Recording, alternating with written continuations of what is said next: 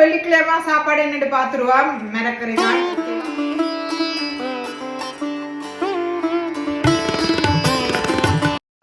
இன்னைக்கு பாருங்க, நான் வந்து முருக்கங்காய் குழம்பு, அடுத்தது வாழைக்காய் மிளகாய் பொரியல், கரட் சம்பல், பருப்பு, பொன்னாங்கானி கீரை, நம்மளுடைய ஸ்ரீலங்கன் மரக்கறி இன்னைக்கு சமைச்சிருக்கிறேன்.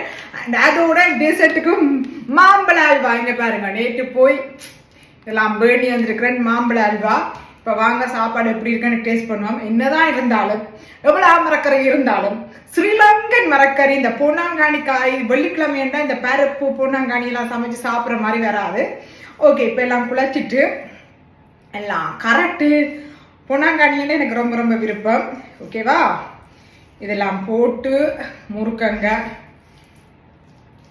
கடவுளே இப்படி நல்ல சாப்பாடு தந்ததுக்கு நன்றி என்று சொல்லிட்டு இப்படியே சாப்பிடணும்.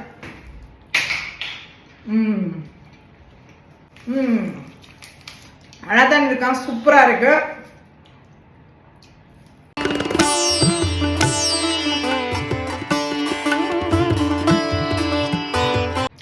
செம சூப்பரா இருக்கு.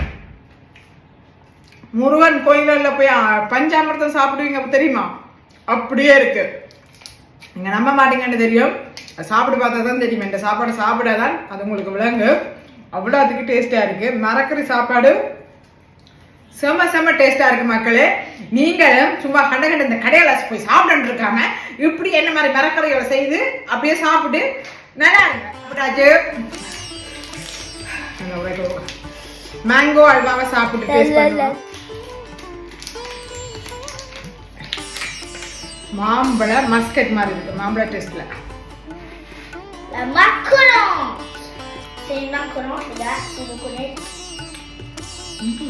அவ்வளவுதான் இருக்கும். அந்த மாம்பழ டேஸ்ட்ல மஸ்கட் மாதிரி.